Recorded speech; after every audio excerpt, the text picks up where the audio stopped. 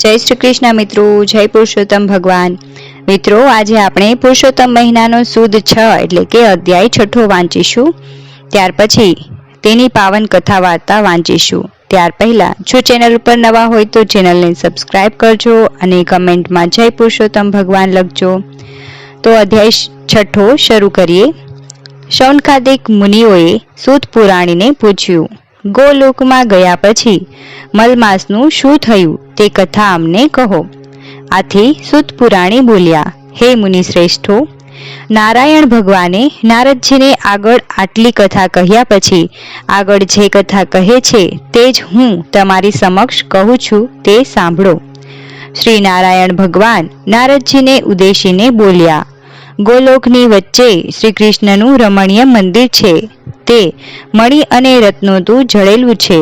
તેના તેજથી અંજાયેલ શ્રી વિષ્ણુ ભગવાન મલમાસને પોતાની પાછળ રાખી ગોલોક તરફ આગળ વધવા લાગ્યા। તેઓ ગોલોક પહોંચ્યા। શ્રી વિષ્ણુ ભગવાનને જોઈ દ્વારપાળો બધા ઊભા થઈ ગયા અને તેમના ચરણોમાં વંદન કર્યા। તેઓ અંદર પ્રવેશતા ગોપીઓની વચ્ચે વીંટળાયેલા શ્રી કૃષ્ણ ભગવાનના દર્શન થયા। તેમને નમન કરી શ્રી વિષ્ણુ ભગવાન અને મલમાસે સ્તુતિ કરવા માંડી। આપ વ્યાપક ગુણોથી પર, અવિનાશી, અવિકારી, ભક્ત સમક્ષ પ્રગટ થનારા અને ગોવાળનો વેશ ધારણ કરનારા ગોવિંદને અમે વંદન કરીએ છીએ। મેઘ જેવા શ્યામ, કામદેવ જેવા સુંદર, સૌમ્ય સ્વરૂપ, સુંદર મુખાકૃતિ વાળા એવા આપને અમે ફરીથી વંદન કરીએ છીએ। શ્રી કૃષ્ણ ભગવાને શ્રી વિષ્ણુ ભગવાનને સિંહાસન ઉપર બેસાડ્યા પછી પૂછ્યું, આપ આ ધ્રુજી રહેલું કોણ છે? અહીં શા માટે આવ્યો છે અને એ કેમ રડે છે? આ વચનો સાંભળી ભગવાન વિષ્ણુએ મલમાસનું સમગ્ર દુઃખ તેમની સમક્ષ વ્યક્ત કરતા કહ્યું, આને મલમાસ કહે છે। એનો કોઈ અધિષ્ઠાતા સ્વામી નથી। સૂર્યનો પ્રકાશ એનાથી દૂર રહે છે। આ મલિન હોય સર્વકાળે શુભ કાર્યોમાં અયોગ્ય ગણાય છે। અધિષ્ઠાતા વિનાનો હોવાથી મલમાસમાં કોઈ દાન, વ્રત આદિ કરતો નથી। સર્વ પ્રાણીઓ, વનસ્પતિઓ 12 માસ, દિવસ રાત, ઘડી પળ વગેરે બધા તેનો તિરસ્કાર કરે છે। આ દુઃખી જીવ છે, તેને મારી પાસે આવીને પોતાની દુઃખદ આપવીતી મને કહી, જેથી તેના દુઃખના નિવારણ અર્થે હું તેને આપની સમક્ષ લાવ્યો છું। આપ સંકટ વિમોચક, ભયનાશક અને કૃપાળુ છો, તો આપ તેનું દુઃખ દૂર કરો। આપના શરણે આવનારનું દુઃખ અવશ્ય દૂર થાય છે। માટે મારી વિનંતી છે કે આ મલમાસનું દુઃખ દૂર કરી મારું આગમન સફળ કરો। શ્રી બૃહનારદ પુરાણના પુરુષોત્તમ મહાત્મ્યનું શ્રી કૃષ્ણ સમક્ષ મલમાસનું વર્ણન નામનો 6 અધ્યાય સંપૂર્ણ થયો। હવે આપણે પુરુષોત્તમ માસની પાવન કથા વાંચીએ। નિર્મળ નણંદ અભિમાની ભાભીની કથા। એક ગામમાં બ્રાહ્મણ અને બ્રાહ્મણી રહે। તેમને સંતાનમાં 7 દીકરા હતા। હજી દીકરાઓ નાના હતા અને ભણતા હતા।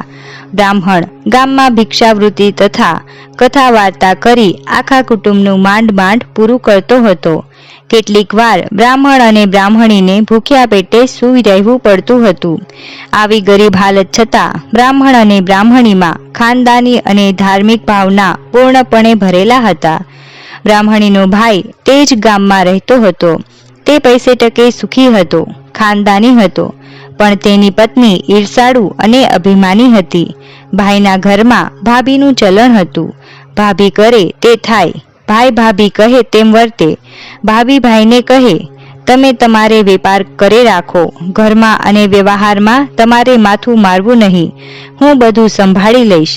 આ ભાઈ ભાભીને સંપત્તિ ઘણી પણ એકે સંતાન નહીં। કુદરતનો નિયમ પણ કઈ અજબ છે। જ્યાં ખાવા ના હોય ત્યાં ઢગલાબંધ બાળકો હોય અને જ્યાં ખાવા હોય ત્યાં ખાનાર ન હોય। એવામાં પુરુષોત્તમ માસ આવ્યો। બ્રાહ્મણ અને બ્રાહ્મણીએ પુરુષોત્તમ માસનું વ્રત કરવાનું નક્કી કર્યું। બીજી બાજુ બ્રાહ્મણીની ભાભીએ પણ આ વ્રત કરવાનું રાખ્યું। બ્રાહ્મણ અને બ્રાહ્મણી સવારે વહેલા ઉઠીને નદીએ સ્નાન કરવા જાય। કાઠાગોરમાનું પૂજન કરે, કથા વાર્તા સાંભળે, શક્તિ મુજબ દાન દે અને ઘરે આવે। પુરુષોત્તમ ભગવાનનું નામ સ્મરણ કરી ભક્તિ કરે. ભાભી સવારે મોડી ઉઠે, નહાવા માટે નદીએ જાય, ખોડિયું માંડ માંડ પલાળે અને ભાગમ ભાગ કરતી ઘરે દોડી આવે. તે તો સંતાન પ્રાપ્તિના અર્થે જ પરાણે પુરુષોત્તમ માસ કરતી હતી. તેને તેમાં બહુ રસ ન હતો. પુરુષોત્તમ માસ પૂરો થતા ભાભીએ તેનું ઉજવણી કરવા વિચાર્યું. પતિ પાસે સંમતિ લઈ તેણે દોમદમાન સાથે ઉજવણીની તૈયારીઓ કરવા માંડી. તેણે ઘણા સગા વહાલાને જમવા માટે બોલાવ્યા. લોકલાજને કારણે તેણે નણંદને ઘરે જઈને કહ્યું, હું પુરુષોત્તમ માસનું ઉજવણું કરું છું, એટલે તમે સાગમટે જમવા આવજો. બધા છોકરા અને પતિ સાથે હું બોલાવું ત્યારે જ આવવાનું. ખાવ ખાવ કરતા દોડ્યા ન આવતા. સૌ જમ્યા રહ્યા પછી હું બોલાવા આવીશ. આટલું કહી ભાભી ચાલી ગઈ. બ્રાહ્મણીને તેની ભાભીના વેણ સાંભળી ઓછું આવ્યું. તેની આંખમાં ઝરઝરિયા આવી ગયા.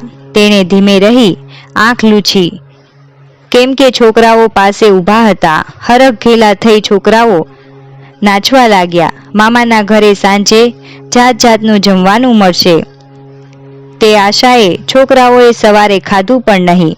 બ્રાહ્મણી વિચારવા લાગી, ભાઈ પૈસે ટકે સુખી છે, તેને મદદ કરી શકે તેમ છે, પણ ઈર્ષાળુ ભાભીના હાથમાં ઘરનો કારોબાર હોવાથી આજ દિન સુધી ભાઈ ભાભીએ તેમને જરા પણ મદદ કરી નથી. ભાભીના મેણા ટોણા સાંભળવા મળશે તે બીકે તે ભાગ્યે જ પિયર જતી.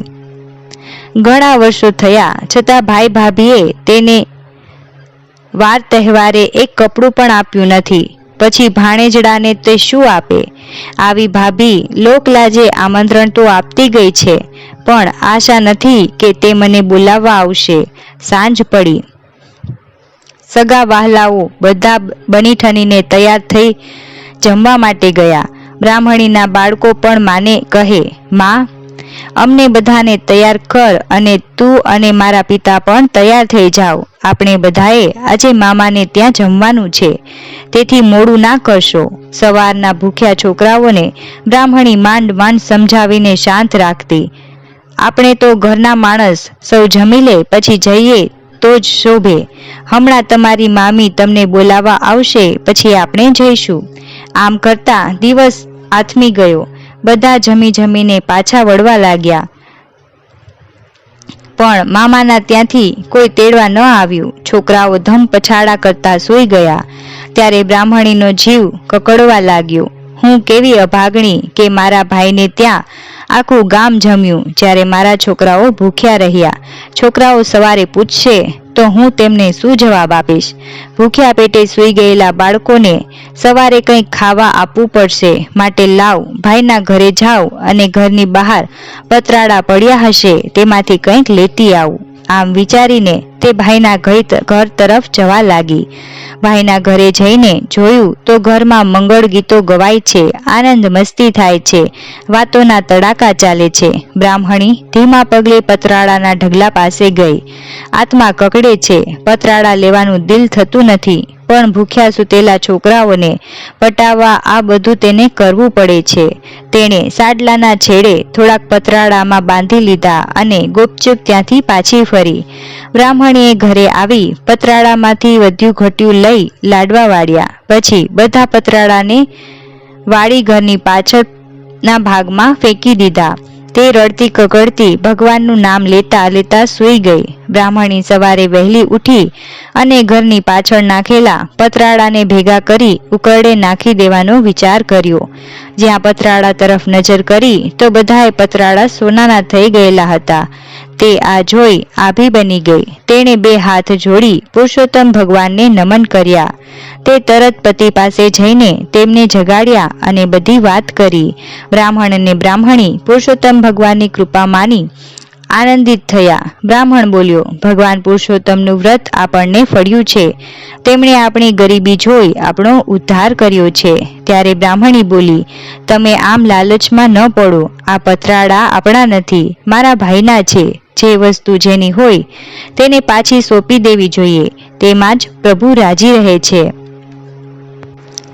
બ્રાહ્મણ ગરીબ હતો પણ ધર્મના માર્ગે ચાલનારો હતો. તેને પત્નીની વાત સાચી લાગી. તેણે પત્નીને કહ્યું, તું કહે તે બરાબર છે. આપણે લાલચમાં આવી આ પતરાળા આપણે ત્યાં રાખવા ન જોઈએ.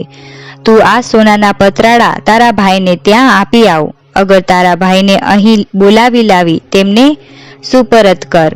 બ્રાહ્મણી તરત ભાઈના ઘરે પહોંચી. ભાઈ ભાભી હમણાં જ ઉઠ્યા હતા. બહેનને આવેલી જોઈ ભાઈ બહાર આવ્યો એટલે બહેને ધીમા સાદે કહ્યું, ભાઈ મારે તમારું જરૂરી કામ છે એટલે મારી સાથે ઘરે ચાલો. નણંદનો અવાજ સાંભળી તેની ભાભી ઘરમાંથી બહાર આવી. તેને લાગ્યું કે નણંદને નોતરું આપવા છતાં ભૂખી રાખી છે, તેથી એ ભાઈના કાન ભંભેરવા આવી લાગે છે. આથી ઉતાવળા અવાજે તે બોલી, નણંદમાં, તમે ગઈકાલે રાતે તો બધા ભરપેટ જમી ગયા છો, છતાંય અત્યારે મીઠાઈ માંગવા દોડ્યા આવ્યા. તમને શરમ નથી આવતી? ભાભીના આ વેણ સાંભળી બ્રાહ્મણીની આંખમાં જળજળિયા આવી ગયા. દીધા નોતરે ભાણેજડા ભૂખ્યા રહ્યા એ વાતનું દુઃખ તો હતું જ, તેમાં ઉપરથી આવું બોલીને ભાભી ડામ દઈ રહી હતી. કહેવા માટે જીભ તો સળવળી, પણ વાત સાંભળી ભાઈનું દિલ દુભાશે તેવા વિચારથી તે મૌન રહી. ભાઈ બોલ્યો, કાલે તમે જમવા આવ્યા હતા છતાં મને મળ્યા પણ નહીં. મારે તમને કાપડું આપવાનું હતું. આમ છતાં બ્રાહ્મણી કંઈ બોલી નહીં અને ભાઈને લઈને પોતાને ઘરે આવી અને સોનાના પતરાળા તેની સન્મુખ મૂકી બોલી, ભાઈ આ સોનાના પતરાળા તમારા છે, તમે લઈ જાઓ. આ પતરાળા ઉપર અમારો હક નથી. ભાઈ આ સોનાના પતરાળા અને બહેનની વાત સાંભળી નવાઈ પામ્યો. તે બહેન સામું જોઈ રહ્યો અને બોલ્યો, આ બધું શું છે તે મને સમજ પડતી નથી. તું મને વિગતથી સમજાવ એટલે કંઈક સમજ પડે. ત્યારે બ્રાહ્મણી આંસુ ભરી આંખે કહેવા લાગી, ભાઈ હું ખોટું નહીં બોલું. મારી ભાભી મને જમવા માટે ગઈકાલે નોતરું આપવા આવી હતી અને કહેલ કે હું તમને જમવા બોલાવવા આવું ત્યારે તમે બધા જમવા આવજો. રાત પડવા છતાં અમને કોઈ બોલાવવા આવ્યું નહીં એટલે તારા ભાણેજડાઓ ભૂખે પેટ સુવડાવી દીધા. પછી મને વિચાર આવ્યો કે સવારે છોકરાઓ મામાના ઘરનું મિષ્ટાન ખાવા માંગશે તો હું શું જવાબ દઈશ. આથી કરીને હું ત્યારે ત્યાં મોડી રાત્રે આવી ત્યારે તમે બધા ધમાલમાં હતા, તેથી મારા ઉપર નજર ન પડી. બહાર પતરાળાનો ઢગલો પડ્યો હતો, તેમાંથી થોડાક પતરાળા હું ઘરે લઈ આવી. વધ્યા ઘટ્યાના લાડવા વાળ્યા અને તે પતરાળા ઘરની પાછળ ફેંકી દીધા. સવારે વહેલી ઉઠીને તે પતરાળા ઉકરડે નાખવા લઈ જવા હું ઘરની પાછળ ગઈ અને તે ઉપાડવા જાઉં છું તો તે બધા સોનાના પતરાળા દેખાયા. મેં તારા બનેવીને આ વાત કરી અને અમે બંને નક્કી કર્યું કે આ પતરાળા તારા હોવાથી આ ઉપર તારો અધિકાર છે, જેથી હું આ બધા પતરાળા તને આપવા માટે અહીં તેડી લાવી છું. બહેનની વાત સાંભળી ભાઈની આંખોમાંથી આંસુની ધારા વહેવા લાગી.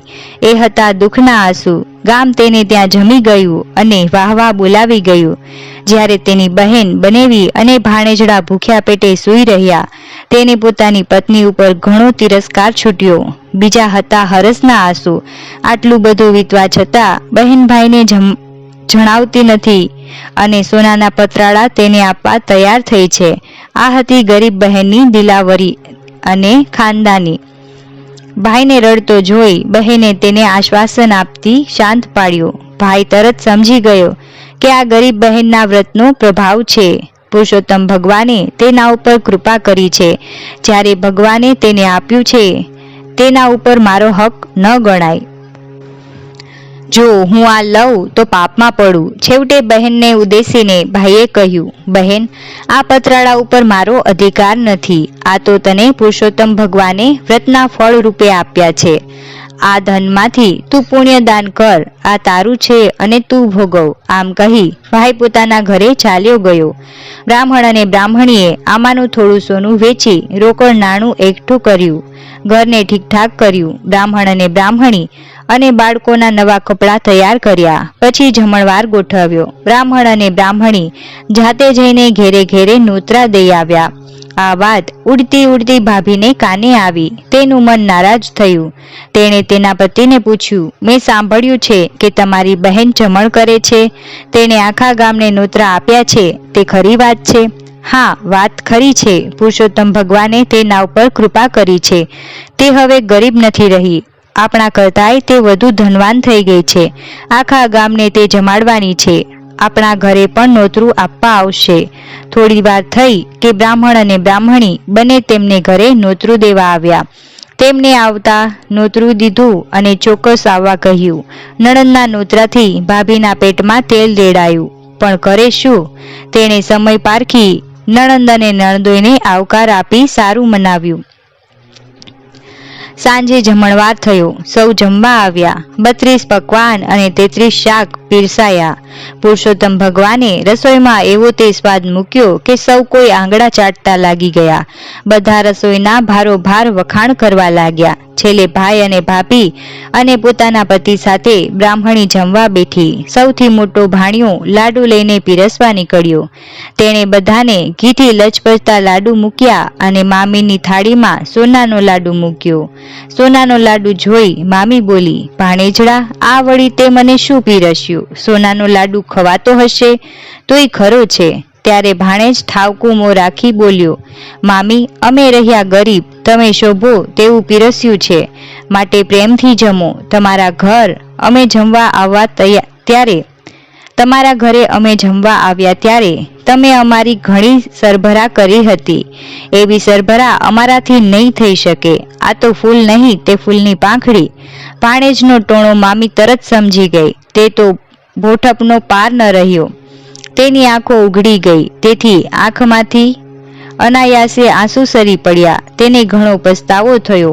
તેણે ઊભી થઈને નણંદની માફી માંગી. નણંદે તેને માફ કરી. આ રીતે પુરુષોત્તમ માસનું વ્રત કરવાથી ગરીબ બ્રાહ્મણનો ઉદ્ધાર થયો અને તે સુખ શાંતિથી પોતાના પરિવાર સાથે રહેવા લાગ્યો. હે પુરુષોત્તમ ભગવાન, જેવા ગરીબ બ્રાહ્મણ અને બ્રાહ્મણીને ફળ્યા તેવા વ્રત કરનાર, વાર્તા સાંભળનાર અને વાર્તા કરનાર સૌને ફળજો. બોલો પુરુષોત્તમ ભગવાનની જય. મિત્રો, વિડીયો સારો લાગ્યો હોય તો ચેનલને સબસ્ક્રાઇબ કરજો અને કમેન્ટમાં જય પુરુષોત્તમ ભગવાન જરૂરથી લખજો. જય શ્રી કૃષ્ણ. જય પુરુષોત્તમ ભગવાન.